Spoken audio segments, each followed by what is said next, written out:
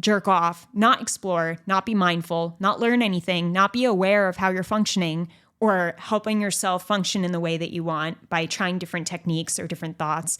You're just like jerking it to porn.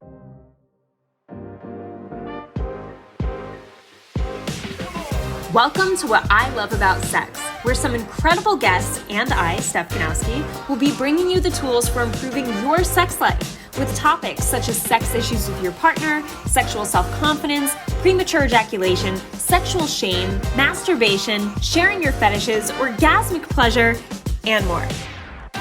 Sex is still so taboo, and I personally believe that by improving our understanding and communication skills around sex, we can enhance our own self-pleasure as well as deepening our long-term romantic relationships. So listen in, try to stay open-minded, and let's get started.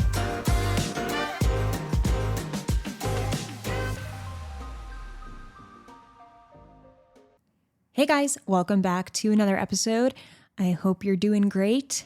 I felt really drained yesterday. I was PMSing pretty bad too. I watched The Holiday, that movie, which I love. It's one of my favorite movies, and I realized I didn't watch it yet this Christmas. So I'm like, I'm just gonna watch The Holiday. Really don't feel good. Mentally not okay.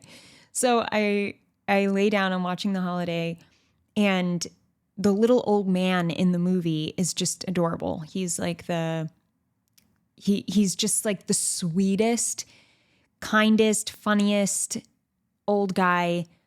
He's just like, he's not adorable just because he's a little old man. His like personality is so sweet and charming, and he's a cute old guy. So there's a point where he's being introduced and it's like this event for his honor, and everybody's clapping for him. And I start crying. I'm like, oh my God, he's so cute. This is so cute. I can't handle it. I'm crying. I'm just on my couch crying. And I'm like, okay, let me check the calendar real quick because I should not be crying at this. And believe it or not, I'm in my prime PMS stage right now, which is about 3 days a month. It's the time frame with which I am very just highly emotional, and I will cry basically at anything, but it feels good. This is something Andrew and I were talking about the other day. I was like, sometimes I just need to cry so bad, and I go in our closet and I cry, and you don't know about it. And he's like, what? Why don't you tell me? And I'm like, because I don't need sympathy. I don't need a hug. I don't even want those things. I just want to have an emotional release, and I know that crying is going to feel really good and help me do that. So I do it.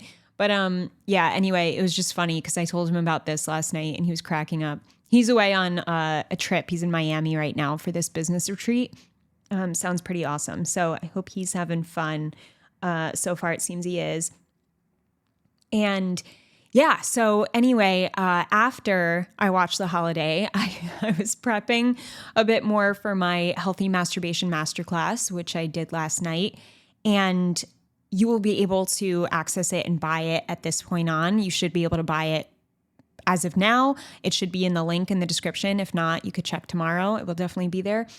But yeah, and it's funny because there are some things that I host where a lot more guys will show up. And then there's classes like this, like Healthy Masturbation, where I'll have one guy show up or a couple, and then like guys will come in and out and like see that they're one of the only ones on the class, so they'll leave, right? Whenever it's like anything related to a dick-related issue, it's really interesting to see who shows and who's too embarrassed to show.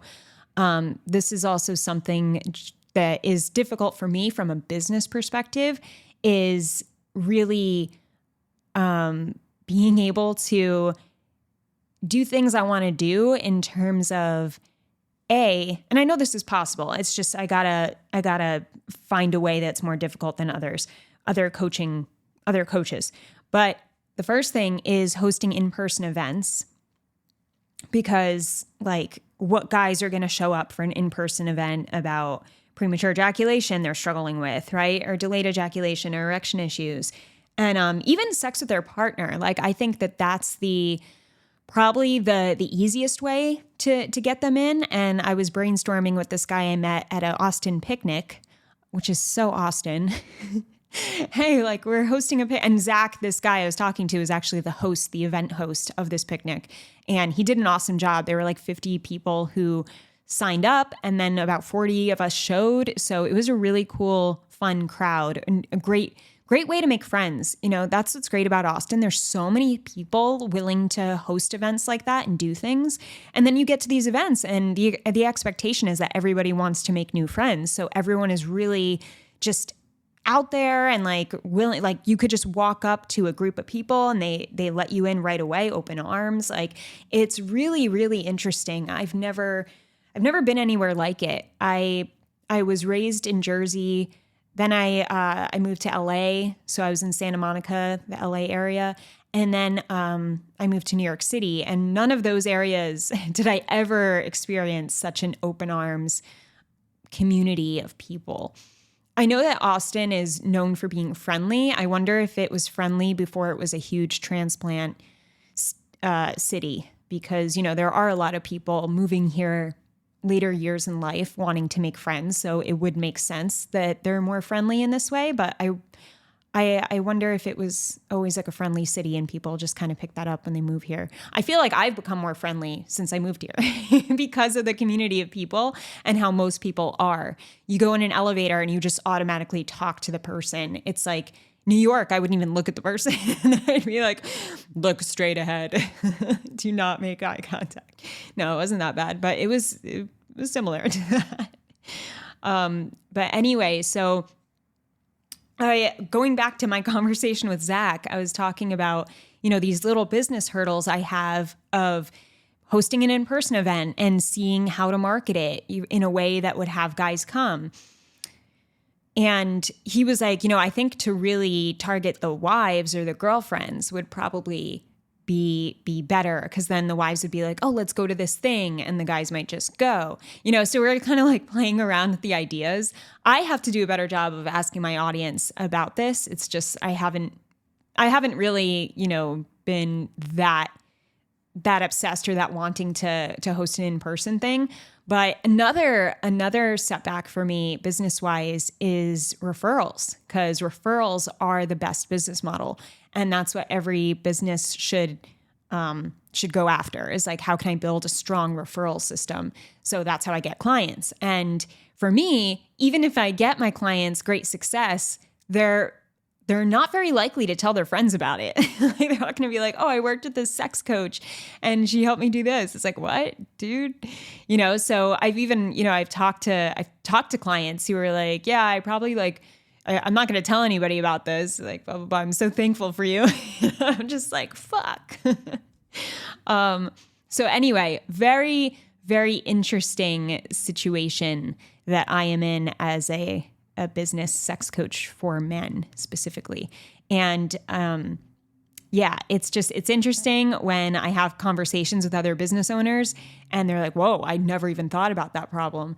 And that's so interesting. And then, when I host my own little things, and then I have people who just feel too awkward or weird to actually show up to the call.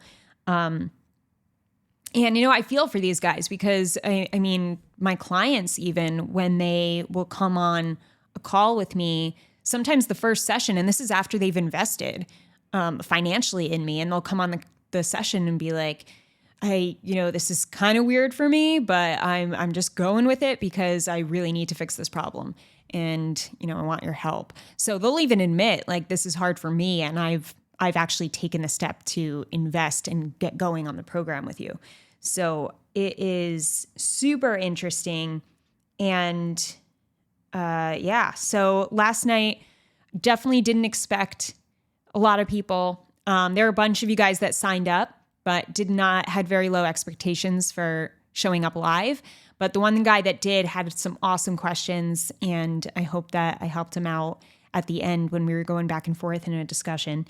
But I talked about healthy masturbation, and after giving that presentation and having the conversation with the guy back and forth, I wanted to talk today about how to limit your porn intake, because this is something he and I were discussing, and he was saying how from a very young age he started watching porn, like very young, like developmental stages, about 6 years old, and he's now in his 30s and is still watching it and wants to stop, of course, but he's like, it's so ingrained in me. It's such a habit. And I know it's causing issues like desensitization mentally and physically, which of course it does, right? Guys, that's like a huge thing. And then that eventually does lead to erectile dysfunction. When you're struggling with erectile dysfunction, the desensitization of porn and how often you're watching porn is a huge contributor to the ED, because it's like your body-mind connection is just not there. It's not around pleasure. It's on this dependency to watch a certain, type of image to get aroused. And then you no longer depend on yourself. You no longer trust yourself. So he and I, in this conversation, I was telling him, you don't trust your body, and you don't really know what real pleasure feels like, because you've been essentially brainwashing yourself to believe that pleasure is what you're witnessing. And then you have all these questions about it. You have maybe insecurities come from it. I know for a lot of men, it's that comparison constantly is kicking in when they're watching porn, whether they want it to or not. And it kind of takes over the pleasure center. It's no longer about real pleasure. It's no longer about truly understanding your body. And our bodies change too over time. So if you're so used to jacking off the same way to porn for your entire life, you're missing out on, first of all, trying different things with your body, but also experimenting in different phases of your life. I know for me personally was passionate about sex in the sense that I was trying different things with my body at different phases of my life. And it wasn't until, for example, 2 years ago or 3 years ago that I was able to squirt for the first time. And I've tried it before and it wasn't working for me. I don't know if it was a comfortability thing. Most likely it was, because all women have the anatomy to be able to squirt. But yeah, it was like, I always thought I felt comfortable in my body enough to relax and enough to know, how to make it work for me. And it wasn't until 2 or 3 years ago that it happened. So I was like, oh my God, that was cool. And then there were phases of life where I really enjoyed anal a lot more than vaginal sex. That's no longer a thing.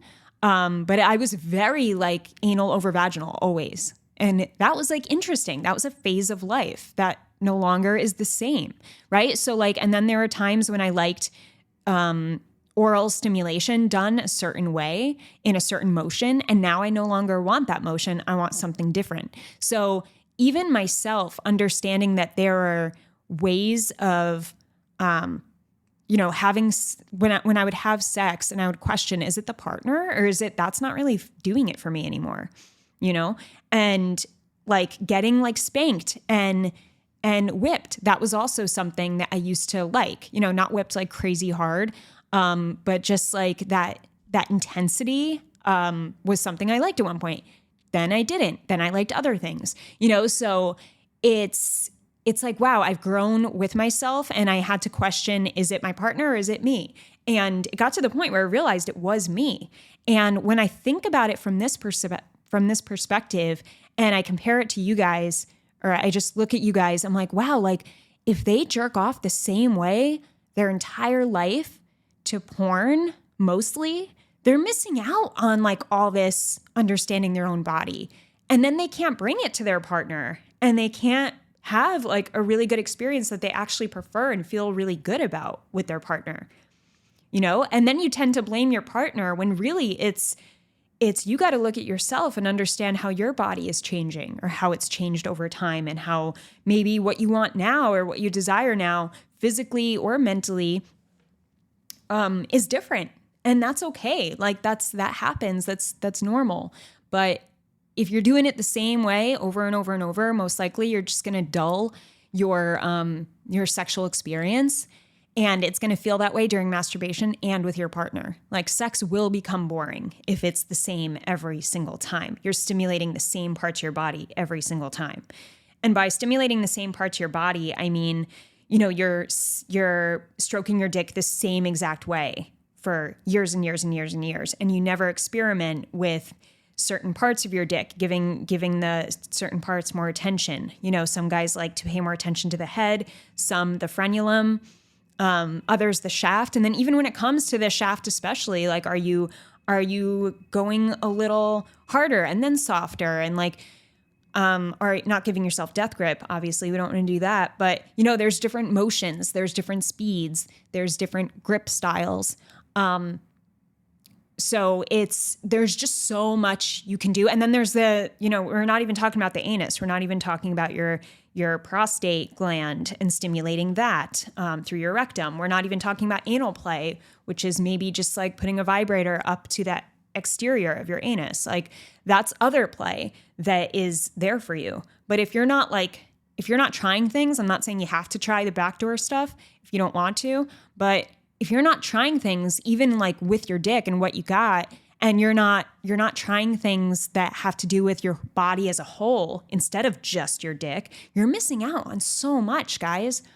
And you build a lot of arousal sensation by bringing in different ways of doing things, bringing in variety. This is what I was telling the guy last night, is you need some variety, and you need to start so you could start trusting yourself. And actually understand what pleasure means to you at this point in time. Like, what does it really mean to you? I know for me, let's say like I'm being like vaginally stimulated in some way, like penetration, let's say, if I was to have my partner like caress my boobs or me myself do it, that would add some intensity of arousal for me, not necessarily for all women, but I know that will do it for me a little bit. It will like bring it up a notch. If he's kissing me at the same time and he's talking dirty to me at the same time, especially talking dirty, that's something that like I know gets me from like here to woo, like trying to like do it with my hands, but you can't see me obviously, but it will take me far and like get me a lot more into the experience if he says, and then to even go further, if Andrew says certain phrases during sex, like at this point in my life, certain phrases, he knows what works for me.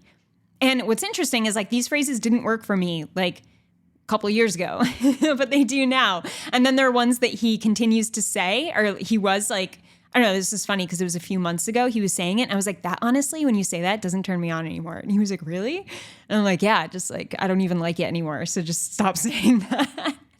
But like, this is the open communication you need with your partner because it's going to help you get more aroused when you want to add an element of arousal or heightened stimulation to have fun and reach an orgasm maybe faster or just be like highly, highly aroused. You want to know what's working for you. And then you also want to know what doesn't work for you anymore. And don't feel ashamed or embarrassed or weird about sharing with your partner what no longer works. That might make you feel, I could see how this might make a man feel maybe emasculated if you're like, hey, I don't like when you suck me off like that anymore. And but you got to be truthful, and maybe there's a different way you like head, or maybe even sharing with her, like, I'm not really enjoying head that much at this. I don't know. It's just like, I'm going through a phase. It's not really my thing. Like, I love fucking you like this. I love when we do this, but yeah, head is just like, I don't know, just not for now. Like maybe it'll come back. Like, I'll let you know if it comes back. To have a casual conversation like this about sex when it's appropriate and if it's the conversation, which is basically whenever you're with your partner and you're alone and you're like able to share something, then it makes sense to share, right? I mean, if we can talk this openly, then your partner knows where you're at and you guys are on the same page and you don't ever have to feel weird for going through different phases. But anyway, that was a long rant to get us into the 3 points today that I want to talk about on how to limit your porn intake.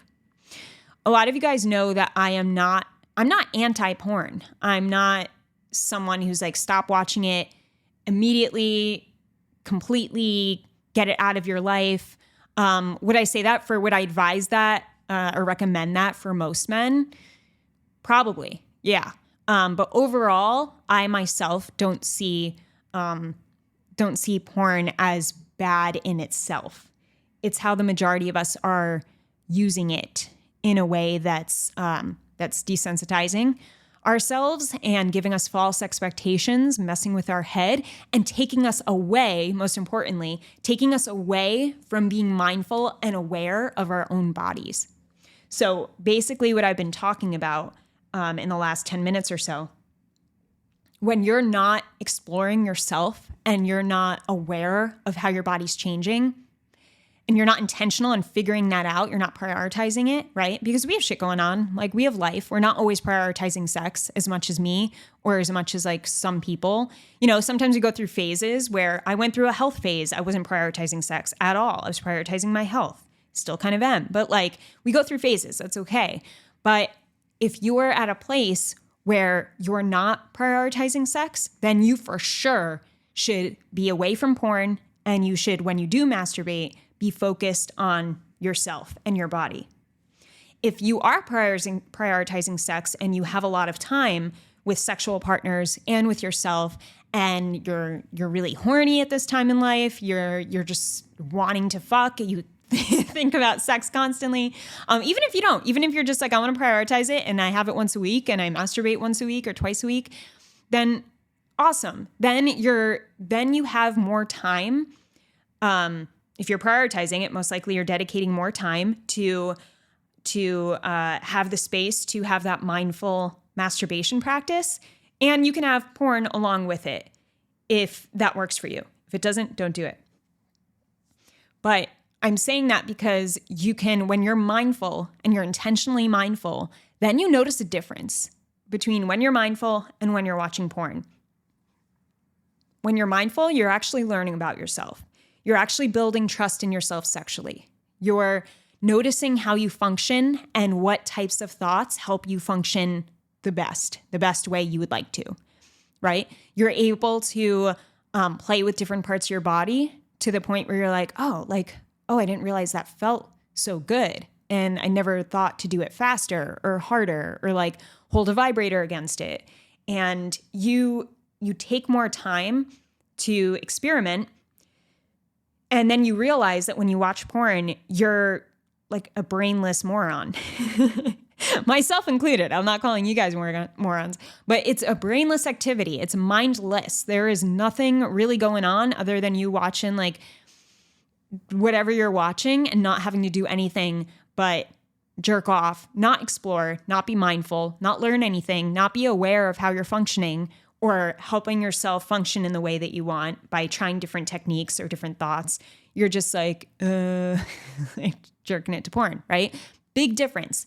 And sometimes going back and forth and seeing that difference can be very helpful in you limiting your porn intake because you realize how it feels more like a waste of time when you're watching porn and masturbating versus when you're mindfully masturbating, you will come out of it feeling like you didn't waste your time. You're going to come out of it feeling productive. Like, I just did something to improve my sex life.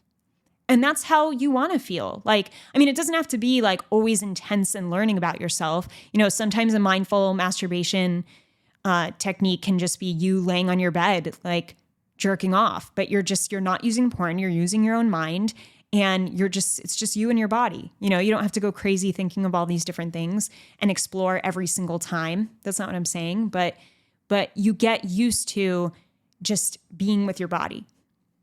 You build trust there, you build confidence there. So I'm not against porn, but I am against it if it is not working for your sex life and you feel overwhelmed by it. Then I think you should try to eliminate all of it as much as you can and then build it back in if you want, when you are mindful enough and aware enough to be able to control your porn intake. So, number one, have a specific reason why you should limit porn. All right. So Number one of how to limit your porn intake is have a specific reason why you should limit it. A lot of you guys are just like, yeah, I really should stop watching porn. But why? What is it actually doing to you? Sometimes when you journal or write down what is not working for you, based on your porn intake, like how is it ruining your life? How is it hurting your sex life? How is it damaging your relationship with yourself? How is it making your dick functioning worse? How is it making you lose sensitivity to the point when you're with a partner you don't even enjoy sex? Like, get specific. Write that shit down so it's in front of your face and you're like, Jesus Christ, this is horrible. Like, this is terrible. Because if you don't sit there and zone in on the pain a little bit, you're not going to feel enough of a need to actually get rid of this. Get rid of your porn intake. Or at least having the specifics will make you think twice. But not enough of you guys have the specific reasons for why it's hurting you and why you need to get away from it. All right, so think about your specific reasons and make that list that I'm talking about. Write them down. Write them down. Make like 10. I'm sure each of you have at least like 5 to 10 reasons why it's not working for you. And have those reasons somewhere where you can read them. Close to your laptop where you typically watch porn would be ideal. But have a reason, have multiple reasons, specific reasons, so that you wake up to realizing, wow, this is really, really not working for me and actually making my sex life and sex experiences worse and worse with my partners over time. And you're only strengthening your poor habits when you continue to watch porn in a mindless way, when you don't have control over it. And when you're not fully aware of your body, doing enough mindful masturbation, then porn is hurting you. All right, so number 2, how to limit your porn intake, is something I tell my clients is give yourself permission to watch porn, but limited access. Okay, so here's what I mean by this. A lot of guys who want to stop watching porn feel a ton of shame and guilt whenever they do, but they watch it anyway because it's so habit. And they're like, oh, fuck, I really should stop. I know this is hurting me. I know it's bad, but like, fuck. And they feel bad every time they go into it. So now we have shame and guilt and these heavy emotions, disappointment, regret going into this experience. And no wonder you feel like shit when you stop and like reflect back on how much porn you watched over the week, because you're like, fuck, that was so, like, it felt like it was controlling me, like I was not controlling it. And I felt shitty about it, but I did it anyway. Fuck, like that's not the man I want to be. Fuck, and you're just noticing how much it hurt you. And that's why you have such this, this way of looking at it where it's like so damaging. So if you were to give porn permission, if you were to give yourself permission to watch porn, let's say you watch it every day at this point. If you give yourself permission to watch it 3 days during the week, but the other days when you jerk off, you have to jerk off mindfully by yourself, just no porn involved, just really you focusing on yourself and your own thoughts and exploring with your body a little bit, different parts of your dick, maybe touching yourself in a different way you don't usually do, maybe switching hands, just switching something up to get your brain kind of like, all right, let's create a new habit of trying things, doing things a little different.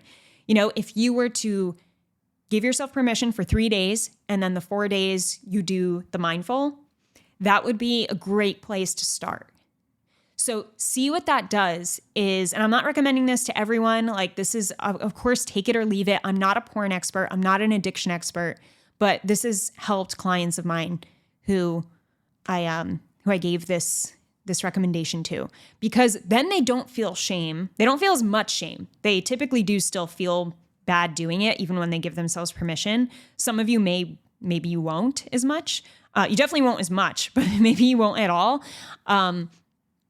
But when you're like, okay, I'm giving myself 3 days, I'm going to pick the days and I'm going to pick wisely because I only have 3 days. Like you have to hold yourself to that.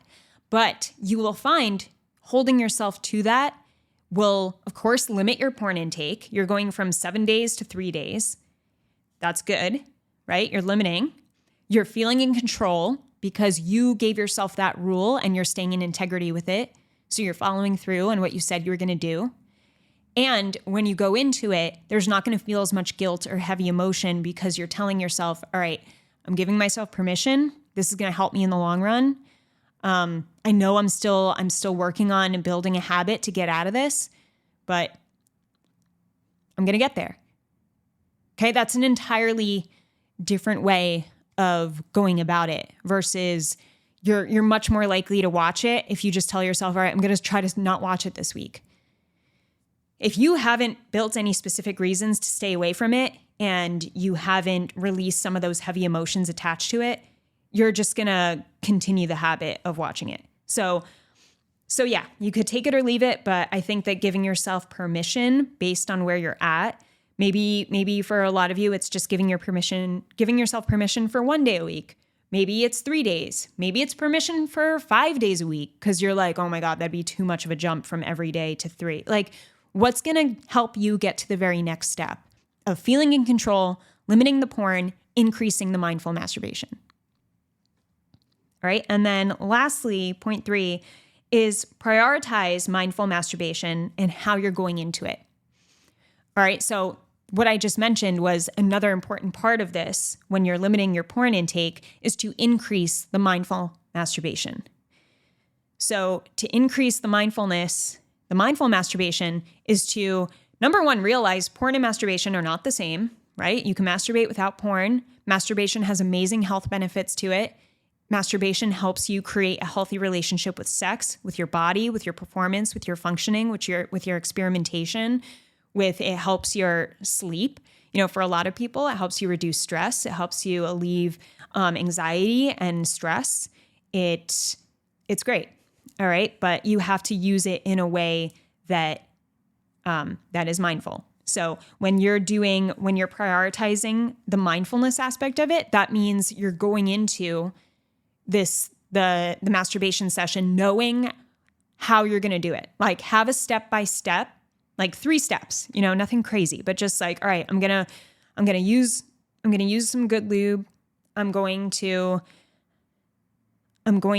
think about my top 3 desires, like turn-ons, desires, fantasies, whatever. And I'm going to go in with the intention of learning something about my arousal, about like something that really spiked my arousal while I was thinking about those fantasies, like what really did it for me. All right, that's it. That's like a step-by-step frame. And for you to know how you're going into it is going to limit the friction. And it's important you do this ASAP before you start this habit of masturbating mindfully. Like, know, what does mindful masturbation look like for you? And what I talk about in the Healthy Masturbation Masterclass was how there's different ways to masturbate to overcome certain issues, such as premature ejaculation, delayed ejaculation, and erectile dysfunction. And I gave examples in the masterclass. So you could buy the masterclass now. It's in the description of this episode.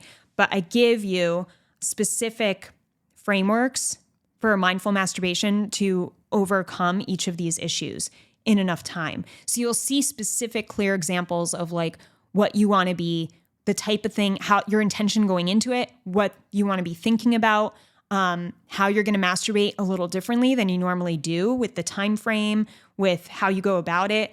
So that's going to show you that there's different ways to masturbate and different ways to masturbate to help you improve your relationship with your body, with your dick-related issues, and with your relationship. So you want to know how you're going to go into it before you start masturbating. Otherwise, there's going to be too much friction. It's going to be too big of a point of friction, which is that it's like if you're like, usually when you masturbate, you're like, oh, I just want to like relax. I just want to chill. You don't want to think too much. So that's what I mean by there will be too much friction if you haven't thought through your desire list, your turn on list, and you don't know what you want to think about. You're going to be like, oh, I'm just going to watch porn. I don't know what the fuck to think about. I don't know how to mindfully masturbate. Let me just watch porn. It's easy. So we want to create more friction on the porn side and reduce the friction from the mindful masturbation side. And that means you get really clear on what your step-by-step process is going to look like. And let's say do it for the next 2 weeks and see how you feel. And then you want to create more friction around your porn habits. So I was talking to a client of mine, actually. We were talking about this last week. And he was or earlier this week. And I was like, how can you create a point of friction for porn? And he said, well, I could make a rule that I can't use my laptop when I'm laying down on my bed and just, have that rule that I start for myself. And I thought that was a good one, but I didn't think it was strict enough in terms of having a more specific point of friction. So I said, all right, how about we keep that? But how about we also add you putting a blocker on the porn site? And he was like, oh, I always thought about doing that, but I just never did it. And I'm like, that's interesting. And I think he never did it because it is a point of friction. It's annoying, right? Because that's the whole point of creating friction. You want to make it annoying to get to the thing. You want to make it it's too much work. I don't want to do that. I don't want to have to unblock the site. Even if it takes really fast, even if it's not a huge deal, just adding little points of friction will help you reduce your intake. So he decided to go along with both those things, the rule about the laying down, and also putting a blocker on the site. So we'll see how that went for him. But that's really what it takes. More points of friction on the porn side and more easy ways to go into the mindful masturbation side. So you can actually learn about yourself and you could feel good in your body, and you can really understand your body so that you're not going into sex just totally oblivious to what really turns you on or what really feels good besides just the obvious penetration, right? There's so much more to feeling good than just fucking a woman, penetrating her. There's so much more for you. So you'll never really know what that is unless you start getting your wheels turning mentally and think about it, and then also start experimenting with yourself physically in different ways.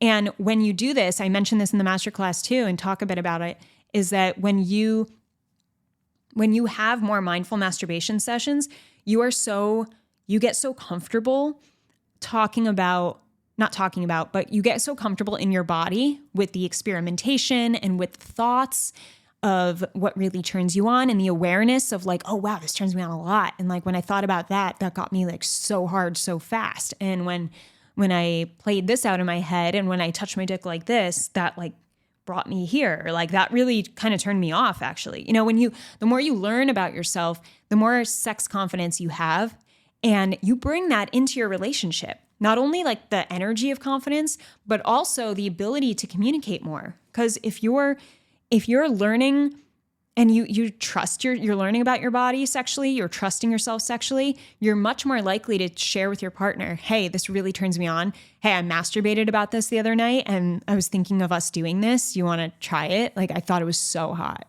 You're more likely to be open to sharing those types of things. And then you have better communication, you have better experiences, you have more fun, you feel good, feel really good. There's a lot of you guys that don't even feel good when you're masturbating or when you're having sex with a partner. And it's, a lot of that does have to do with porn. It also has to do with a lot of anxiety that comes from you not fully knowing your body. So, oh my God. Okay. So that is it. If you want to check out the Healthy Masturbation Masterclass, if you want to buy it, the link is in the description. I will also have notes and a few sex meditations for you within the masterclass that are included in that. So I hope this was helpful, guys. And that's it. Have an amazing morning, evening, or night, wherever you are in the world. Talk to you soon. I hope this episode helped you. If it did, I would love for you to leave me an iTunes review. It would mean the world to me. You can also screenshot your favorite episodes and tag me on Instagram @StephKanowski. And before I go, remember, your sex life is as good as you make it out to be. Until next time.